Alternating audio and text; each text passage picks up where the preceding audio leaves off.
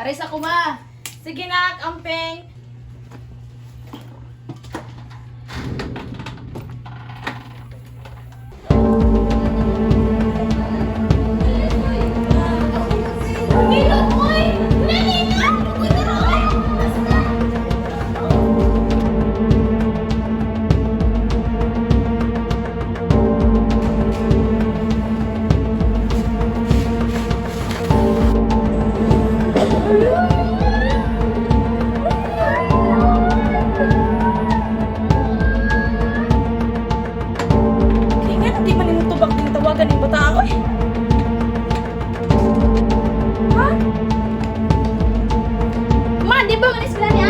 Asa na ba?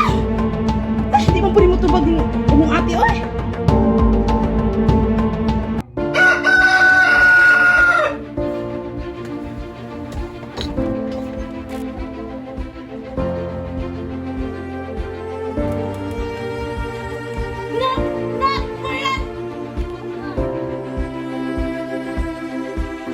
Thank you, Lord. Okay na po, anak.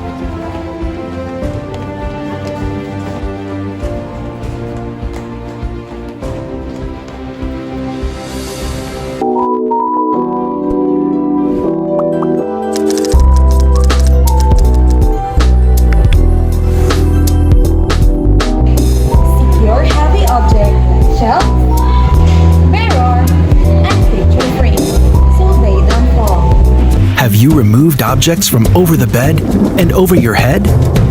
Anchored your possessions securely to the wall. Prepare an emergency kit for foods, waters, flashlights, batteries, and first aid supplies. An SOS sign made by you for this purpose. Light sticks that can provide illumination for 6 to 12 hours and can be used to signal for help in the dark. A whistle to call for help with a sound that carries further than your voice. A flashlight, preferably crank-powered, so that you don't have to rely on a single source of energy. You should include the following items for illumination: candles, a lighter and/or waterproof matches, which can also be used to light a fire, a flashlight. You should include the following items for hydration and nutrition: a supply of 6-litre bottles for drinking water, an empty 1-litre flask for use as a container to purify non-potable water with water purification tablets. If water is in short supply, drink small amounts. Remember that you can survive for several days on less than half a litre a day. Supply of non-perishable goods, such as canned goods. If you have no water, it is advisable not to eat, as this could increase dehydration. A container with 8 litres of water for drinking and basic hydration purposes.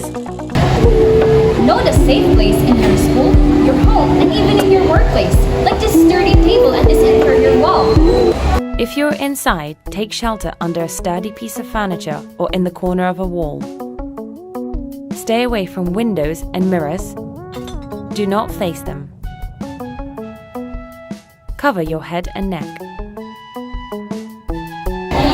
Join Earth to practice what to do when it strikes. Practice duck, cover, and hold. Not under a certain desk or table.